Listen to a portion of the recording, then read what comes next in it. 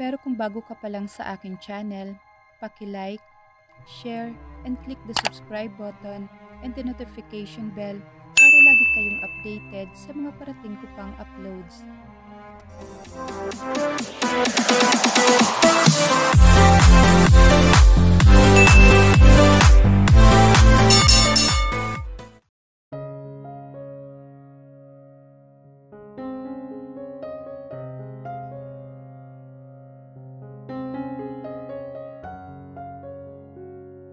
Wala ka bang balak magpalit ng phone?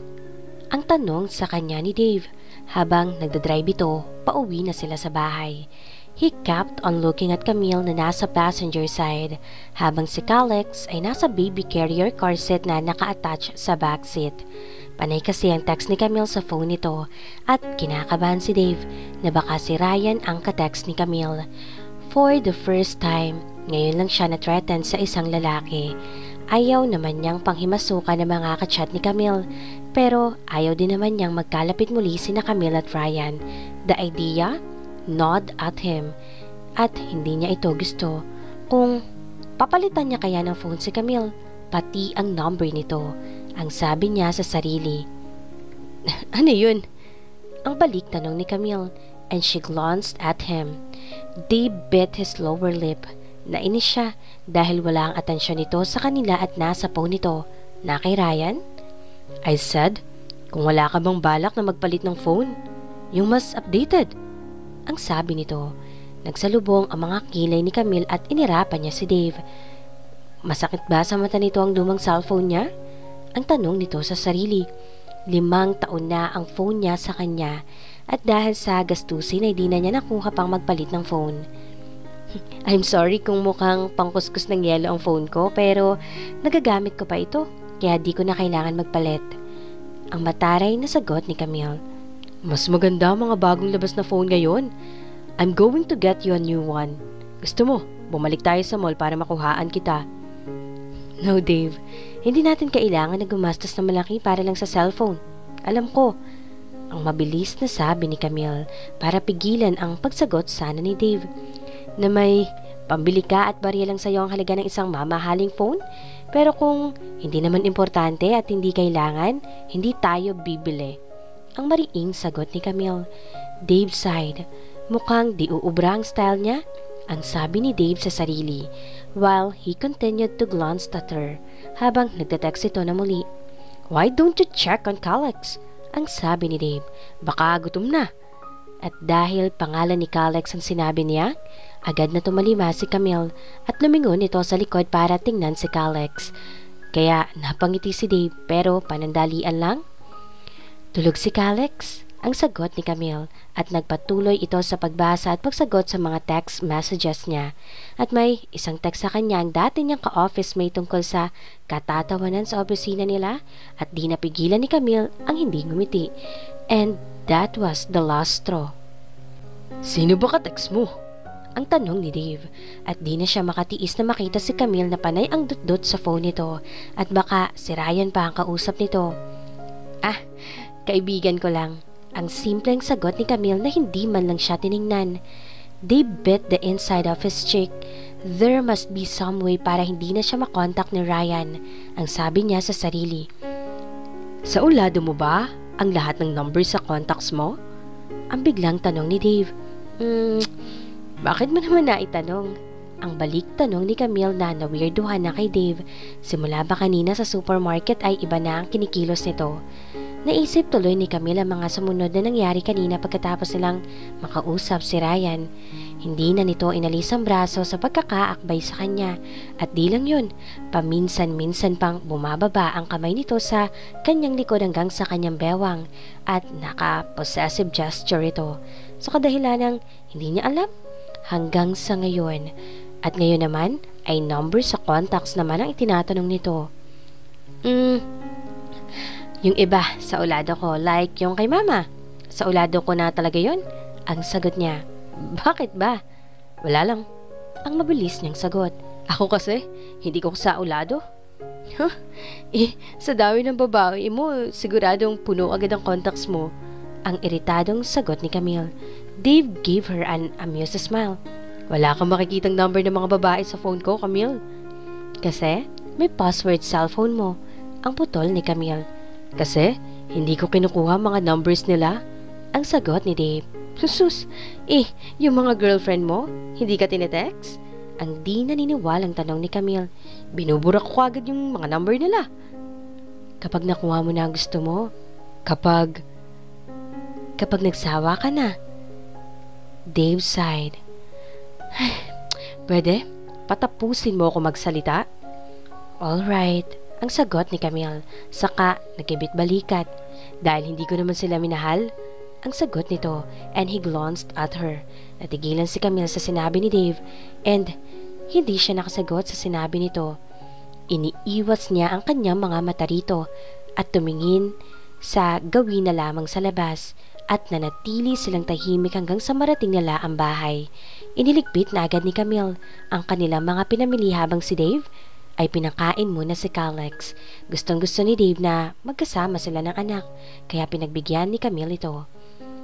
Pagkaluto niya ng uulamin nila sa gabi, ay sinimula na ni Camille ang mag-bake. Trial baking muna ang gagawin niya at kapag successful, ay bukas na siya gagawa ng kanyang mga pang-free taste. Nang mapansin ni Dave na nagsisimula ng gumawa si Camille sa kitchen, ay lumapit siya bitbit si Calex sa isa niyang braso, habang ang isa ay bitbit ang high chair. Pwede ba kami manood ni Calex, Mommy? Ang malambing na tanong ni Dave at ngumiti pa ito ng matamis. Natawa naman si Camille kay Dave. Okay, pero bawal dumampot ng ingredients, ha? Ang paalala ni Camille. She raised her index finger and topped the tip up Dave's nose. Yes, Mommy.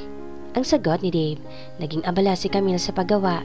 Ginamit na rin niya ang bagong mixer na kanilang binili. Pero tumigil siya sandali nang tumunog ang cellphone niya dahil sa isang message. Binasa ni Camille ang message na mula kay Ryan. Agad naman niyang sinagot ang pangangamusta nito. Hanggang sa ang isang text ay nasundan pa ng marami. Hanggang sa nagpapalitan na sila ng messages. Kaya gumagawa si Camille sa kusina habang maya't maya ay nagte-text ito. Napansin iyon ni Dave at naghinala na naman siya na si Ryan ang ka-text ni Camille. Gusto talaga niyang madispatcha ang cellphone ni Camille? Sino bang ka-text mo? Ang iritadong tanong ni Dave sa kanya. Si Ryan. Nagpalit na pala siya ng number. Ang sagot ni Camille. Dave, baka maipalo ni Calex sa mukha niya ang hawak ng kutsara. Ang sabi niya kay Dave na makita na may hawak na kutsara si Calex. Hayaan mo lang muna na may malaro siya. Ang sagot ni Dave na nag-iisip ng paraan kung paano mawawala ang sipi ni Camille. Maya-maya ay inihagis ni Calex ang hawak na kutsara sa loob ng bowl na may lamang cake butter. Oops! Ang tanging nasabi ni Dave. Nagulat rin siya sa ginawa ni Calex. Oh, Calex! Camille sighed. Hindi naman niya pwedeng pagalitan si Calex at di naman niya iyon sinasadya. It's alright, baby. Ang sabi ni Camille. Saka siya kumuha ng tongs para makuha ang kutsara na nakalublob sa cake butter. And then, it hit him. Para bang isang sign from heaven ang ibinigay sa kanya ni Calex. Kinarga niya ang anak at binulungan ito sa tenga. Thank you. At isang tawa naman ang isinagod sa kanya ni Calex. Camille, I hope you don't mind if I disturb you, pero pwede mo bang i-check sa sala kung na-off ko ang TV? Ang pakiusap ni Dave. Camille thought it was odd na utusan siya ni Dave, pero dahil sa karga nito si Calex at maayos naman itong nakiusap, kaya pumayag siya. Sandali niyang iniwan ang ginagawa at cellphone sa ibabaw ng kitchen island para pumunta sa living room, at nang makita niyang hindi naman naka-on ang TV, ay agad siyang bumalik sa kusina para tapusin ang ginagawa niya. Pero pagbalik niya, nanlaki ang mga mata niya sa nakita. She was horrified with what she saw. Laking gulat at halos di makapaniwala si Camille. Nang paglapit niya sa kitchen aisle, ay nakita niya ang kanyang cellphone na nakalublob sa mixing bowl na may lamang cake butter. Oh God! Ang sambit ni Dave habang karga si Calex na nalalaki ang mga mata. Here, I'll get it. Ang sabi ni Dave, sabay dampot ang cellphone ni Camille sa bowl. Pero binitiwan o nabitiwan niya ito kuno, kaya nahulog ito sa tiled floor. Walang lumabas na sigaw sa bibig ni Camille. Nanatiling nakabuka ang kanyang bibig at nanlalaki ang mga mata sa gulat at di makapaniwalang pangyayari na nakita niya. At nang marinig niya na tila ba nadurog sa maraming piraso ang kanyang telepono ay bumagsak ang kanyang balikat. Dave bit his lower lip and gave Camille an apologetic look na tila ba di nito sinadya ang nangyari. Camille, I'm so sorry. If Calax destroyed your phone and ruined your cake batter, hindi ko nakita na nadampot pala ni Calax ang phone mo. Ang sabi ni Dave, papalitan ko na lang ang phone at ang ingredients mo. Aalis na rin muna kami ni Calax para di na namin masira ang ginagawa mo. Ang sabi pa ni Dave, and he tried to sound as apologetic as possible. Camille closed her eyes and tried to regain herself. Paano siya magagalit kung si Calax ang may gawa? Hindi rin naman magawang magalit ni Camille kay Dave dahil hindi naman ito napansin ang ginawa ni Calax. She sighed and looked at them. Hindi niya kaya magawang magalit sa dalawang ito, she said to herself. With Calax who looked so innocent and with Dave na parabang na-shock sa nangyari. Paano niya gagawing magalit? She walked wearily and tinignan niya ang cellphone niya na nasa sahig. Camille, I'm sorry. Ang sabi ni Dave na parabang sa ilong nang galing ang sinabi. Ako na ang maglilinis. No, it's okay. Wala ka namang kasalanan. Ako na rin maglilinis. Kailangan ko rin palitan ang cake batter ko. Ang sabi ni Camille. Please, let me get you a new one. Ang offer ni Dave. Camille nodded. Mabuti na lang at may kopya ako ng pictures namin ni Calax sa laptop ko. Ang sabi ni Dave. Ay nakapagpagulat din kay Camille. At yun na lang ang nasabi ni Camille dahil nanghihinayang siya sa mga pictures nila ni Calax. Gusto mo bang iwan ka na lang namin dito at baka maabala ka na naman namin? Ang sabi ni Dave, napilit na pinalungkot ang boses dahil ang totoo ay tuwang-tuwa siya at nagtagumpay ang kanyang plano na magpalit ng phone si Camille. No, it's fine. Kung gusto niya talaga akong panoorin na gumawa, ang sagot ni Camille habang dinadampot ang phone niya at inilagay sa basurahan. Ako na ang maglilinis, Camille. Bantayan mo na lang si Calax for a while. Ang sabi ni Dave at ayaw na niyang si Camille pa maglinis ng kalat na siya ang may gawa. Agad niyang iniabot si Calax kay Camille at kumuha siya ng mop para lampasuhin ang sahig. Pagkatapos ay pinunasan niya ang mga natapon na butter sa kitchen island. Nang malinis na ay kinuha niya ulit si Calax kay Camille para makapagsimula itong muli sa kanyang ginagawa habang sila ni Calax ay naupo muli para panoorin siya. At habang busy si Camille ay tumawag naman si Dave sa kanyang service provider at nag-request ng isang mamahaling phone para kay Camille at na-request niyang i-deliver ito agad sa kanilang bahay. Inilagay na ni Camille ang mga bagong bake na bars and cupcakes sa cooling rack and she was about to frost the cupcakes. Nakaready na ang kanyang buttercream frosting na cappuccino flavor. She did all of this with Dave at Calax, never leaving her side. Dave watched her patiently and sometimes, instantly na minsan nga ay nako-conscious na siya. Para bang lahat ng galaw niya ay pinag-aaralan ni Dave. Dave was quiet, mesmerized by Camille's busy movements sa kusina. Ang huling natatandaan niya na tumambay siya sa kusina ay noong maliit pa lang siya at pinanonood niya ang kanyang mami na magluto. It gave him a therapeutic and relaxing feeling and it made him realize na hindi lang anak ang gusto niyang magkaroon kundi isang pamilya. He never felt this kind of way before. He never felt so contented in his life kundi na mga sandaling iyon lamang. He never felt like this before, even with Emily. Pinagmasdan niya kung paano haluin ni Camille ang frosting sa malaking mixing bowl. Then, she dipped a spoon inside and tasted it. Halata sa mukha nito ang pag-aalangan. Dave, tikman mo nga. Kinokopya ko yung cappuccino cake sa fave natin. Tikman mo nga kung okay na. Ang tanong niya. With a spoon. Ang malakas na sabi ni Camille. Pero huli na. Dave already dipped his finger inside the mixture. Mas masarap kapag daliri ang ginamit? Ang sagot ni Dave na may pilyong ngiti sa mga labi sabay subo ng daliri nito sa bibig.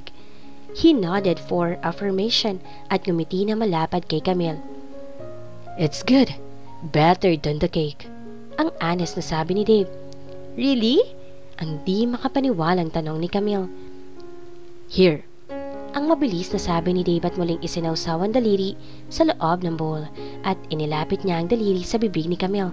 And it was a mistake. Without thinking, isinubo ni Camille ang daliri ni Dave at dinilaan ang frosting dito, and it was too late. Bago nila na-realize ang kanilang ginawa, biglang nag-init ang mga pisngi ni Camille at umiwas ng tingin kay Dave na mukhang natulala sa nangyari.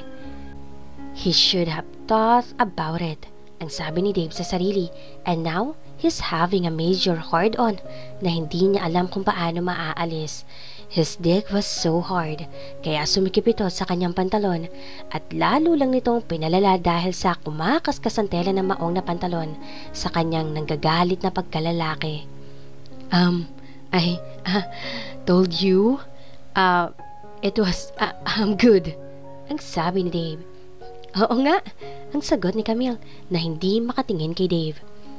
Tatapusin ko na ito, ang mabilis na sabi ni Camille saka siya lumayo kay Dave. Doon na muna kami sa salas ni Calex, ang sagot ni Dave, sabay kuha kay Calex. Saka siya mabilis na naglakad para di mapansin ni Camille ang malaking bukol sa harapan ng kanyang pantalon. Tapos na sa gawain si Camille. Nakapaglinis na rin siya sa kusina at isinalang na sa food warmer ang kanilang kakainin para sa hapunan. Nang magpunta siya sa salas, nakita niya si Calex na natutulog sa sofa at naabutan din si Dave na isinasara ang pinto ng bahay. May dala itong isang maliit na bag na may logo ng isang mamahaling brand ng phone. Naupo si Camille sa paanan ni Calex at naupo naman sa tabi niya si Dave. I got your new phone! Ang masaya at nakangiting sabi ni Dave sa kanya.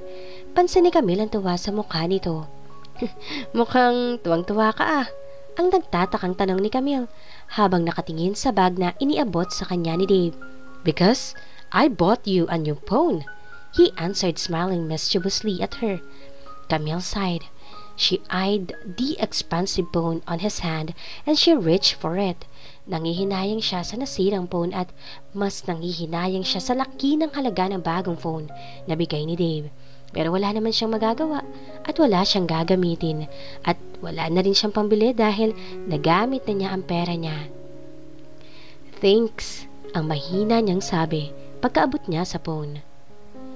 You're welcome, ang sagot ni Dave na may exaggerated na ngiti.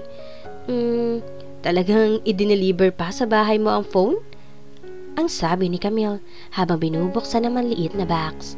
Siyempre, I'm a valued customer. Ang mayabang na sagot ni Dave at inilagay niya ang mga kamay sa kanyang batok at sumandal sa cushioned backrest ng sofa. They valued your wallet, ang sagot ni Camille. Dave rolled his eyes on her. Talagang di nito mapigilan ang hindi siya sagutin. Do you want me to help you with that? Ang tanong ni Dave. No, thank you. I can manage. Ang sagot ni Camille habang busy sa paglalagay ng mga names sa kanyang contacts. You won't mind if I watch the news? Ang tanong ni Dave kay Camille. No, I won't. Gusto ko rin manood ng news. Ang sagot ni Camille without looking at him. Dave turned on the television pero hindi sa TV screen nakatuon ang kanyang mga mata. Pasulyap-sulyap siya sa cellphone screen ni Camille at tiningnan niya ang mga isinisave nitong mga pangalan sa contacts nito. At na makita na niya ang pangalang Ryan, hindi na niya inalis ang tingin niya sa phone screen. Parang isang suspense na palabas na hinihintay ang susunod na mangyayari. And he expelled his breath nang tuluyan ang binura ni Camille ang pangalan ni Ryan dahil walang number na mailagay dito. Dave smiled wildly to himself at ipinatong niya ang kanyang braso sa ibabaw ng backrest kaya nakakbay siya sa likod ni Camille. They were watching the news and again, hindi talaga matatapos ang balita nang hindi kasama si Dave sa lifestyle news. At kaiba sa mga ibinabalita noon, hindi pambababae ang laman nito. Mukhang hindi totoo ang usap-usapan na maghihiwalay na ang nag-asawang Osea. Obviously, mukhang matatag pa rin ang pagsasama ng dalawa sa kabila ng mga kumakalat na video ng pambababae ni Dave Osea. The photo speaks louder than words. Ang litrato na lumabas sa balita ay ang kuha nila ni Dave sa supermarket. Nakapila sila sa cashier noon and naka-stroller cart si Calex. Nasa unahan habang hawak ni Calex and Camille. At ang kabilang braso naman nito ay nakaakbay kay Camille. At para kay Camille, napakaganda nga ng kuha nilang tatlo. Well, that was new, ang sabi ni Camille. I'm happy it's new, ang mahinang sabi ni Dave. Camille looked at him and he looked back at her. Then, inalis ni Dave ang kanyang braso na nakapatong sa backrest at hinawakan niya sa batok si Camille. Slowly and gently, he pulled her head closer as he to move his head closer to her until their lips melted together. Camille closed her eyes na mga sandaling naglapat ang kanilang mga labi. It was a gentle kiss at first. Pero biglang kinabig papalapit ni Camille si Dave, papalapit sa kanya. She wanted to deepen the kiss. Kaya lumakas ang loob ni Dave at mas naging agresibo ang halik nito. He grabbed a handful of her hair habang mas naging maalab ang mga halik nila. His tongue skimmed her lower lip, seeking entry at di siya nabiko nang ibuka ni Camille ang kanyang bibig para sa mapangahas na dila ni Dave. Dinig niya ang pag-ungol ni Dave at naramdaman niya ang isang kamay nito na humawak sa tagiliran ng kanyang dibdib. Isang impit na ungol ang lumabas sa kanyang bibig nang maramdaman ang mainit na bala ni Dave sa gilid ng kanyang dibdib. Ilang sandali pa ay naramdaman niyang unti-unti na siyang inihihiga ni Dave sa sofa. Halos nakahiga na siya nang maalala niya na nasa likuran niya si Calex. Umiwas siya para di madaganan si Calex. Pero nasobrahan ang pag-urong niya, pahiga siyang nahulog sa sahig. Nagulat si Dave nang biglang nahulog si Camille sa sahig, sa gilid ng sofa, and he looked down on her, and he bit his lip. I'm okay, ang malakas na sabi ni Camille habang nakahiga sa sahig. Sunday passed by a little awkward for the both of them. Mula nang mangyari ang kiss nila sa sofa, na muntik pang humantong sa kung anuman, kundi lang nahulog si Camille. Pawang nag-iiwasan silang dalawa, hindi dahil sa hindi nila gusto ang isa't isa, dahil ang totoo, kapwa parehong nahuhulog na ang kanilang mga damdamin sa isa't isa. So, ano nga ba ang problema? Batid ni Camille na unti-unti na niyang minamahal si Dave, pero kaya ba siya nitong mahalin? Will she take the risk to love him? What if he rejected her love for him? Lalo pa't alam niyang hindi pa ito nakakawala sa namayapang asawa nito. Handa ba siyang masaktan mahalin lang niya si Dave? Si Dave naman ay unti-unti na ring napapamahal kay Camille. Kasabay ng unti-unting pagkakawala niya sa sapot ng kanyang nakaraan kasama si Emily, pero may agam-agam pa rin siya. Ayaw na niyang magmahal pang muli. Ayaw na niya itong maranasang muli sa kadahilanang hindi pa niya maipagtapat kay Camille. Dumating ang araw ng Lunes. Kapwa naging abala sina Dave at Camille. Maagang umalis ng bahay si Dave dahil puno ang schedule nito ngayong araw, habang si Camille ay nagpe-prepare na ng mga dadalhin niya sa bangko na dati niyang pinapasukan para magdala ng sample na goodies niya. Tanghali na nang umalis si Camille sa bangko. Ubos ang dala niyang sample, kapalit naman ng mga orders nito. Pabalik na sila, Camille at Calex, sa bahay. Nasa loob na sila ng taxi nang tumunog ang cellphone ni Camille. Agad niya iyong kinuha at nakita ang pangalan ni Dave sa screen. Hello? Ang bati ni Camille. Nasaan na kayo ni Calex? Ang alalang tanong ni Dave. Iniisip niya ang mag-ina niya na nasa labas. Dapat siguro ikuha na niya ng sasakyan si Camille at pag-araling mag-drive o kukuha sila ng driver nito. Matandang driver, hindi yung bata at good-looking? No, ang sabi ni Dave sa sarili. Pauwi na kami sa bahay, nakasakay na kami sa taxi. Ang sagot ni Camille. Huwag ka muna umuwi, daan ka muna sa mall. You buy yourself a dress for this evening. May party tayo na pupuntahan. Ang sabi ni Dave. Biglang kinabahan si Camille. Party? Kasama ng mga mayayaman at kilalang tao sa lipunan? Pwede ba na sa bahay na lang ako? Walang magbabantay kay Calex? Ang giit ni Camille. I need you to come with me, Camille. Asawa kita. Puro mga business partners ko nasa party. At huwag kang mag-alala. May makukuha kong magbabantay kay Calex. Yung naglilinis ng bahay ko dati. Kaya rin magbantay ni Manang Lori ng bata. Ang sagot ni Dave. Camille bit her lip. Hindi pa siya handa na humarap sa mga kaibigan at ka-business partner ni Dave at ayaw din niya mapalayo si Calex sa kanya. Hindi siya sanay na iwan na lang si Calex sa ibang tao. Please, Camille, I need you. Giit ni Dave nang hindi agad sumagot si Camille. Hindi ba sinabi niya kay Dave na magsabi lang ito sa kanya kung may kailangan man ito? So, bakit nag-aalangan siya? Asawa na siya ni Dave ngayon. Gugustuhin niya bang ibang babae ang kasama nito? She sighed. O sige, punta na kami ni Calex sa mall. Formal ba? Ang tanong niya. Yes, and call me kapag tapos ka na makapamili. Dadaanan na lang kita para sabay na tayo umuwi. Kailangan ko rin magpalit ng damit. Ang sabi ni Dave. Okay, bye. Ang pamamaalam ni Camille. Manong, dyan yun na lang po kami ihatid sa pinakamalapit na mall. Ang sabi ni Camille sa driver. Kasalukuyang nasa isang kilalang bilihan ng mga dresses si Camille. Dito rin sila bumili ng wedding dress niya noon ni Calex, kaya kilala na siya ng manager ng boutique na agad siyang inasikaso. Kung nahirapan siya noon na pumili ng wedding gown, mas nahihirapan siya ngayon. She wanted to look classy and sophisticated, but she was afraid to show too much skin. Mabuti na lang at dala niya ang stroller ni Calex, kaya di na siya nahihirapan na magkarga rito. Nasa kalagitnaan pa siya ng pamimili sa isang aisle nang dumating ang isang pamilyar na mukha. It was Kelly. Napalingon si Camille rito at muli niyang binawi ang tingin na makita niyang nakita rin siya nito at naglalakad na papalapit sa kanya. Oh, hi Camille. So, looks like you're looking for a dress. Kasama ka ba ni Dave mamaya sa party? Ang tanong nito sa kanya. Obviously, kasi ako ang asawa niya. Ang sagot ni Camille.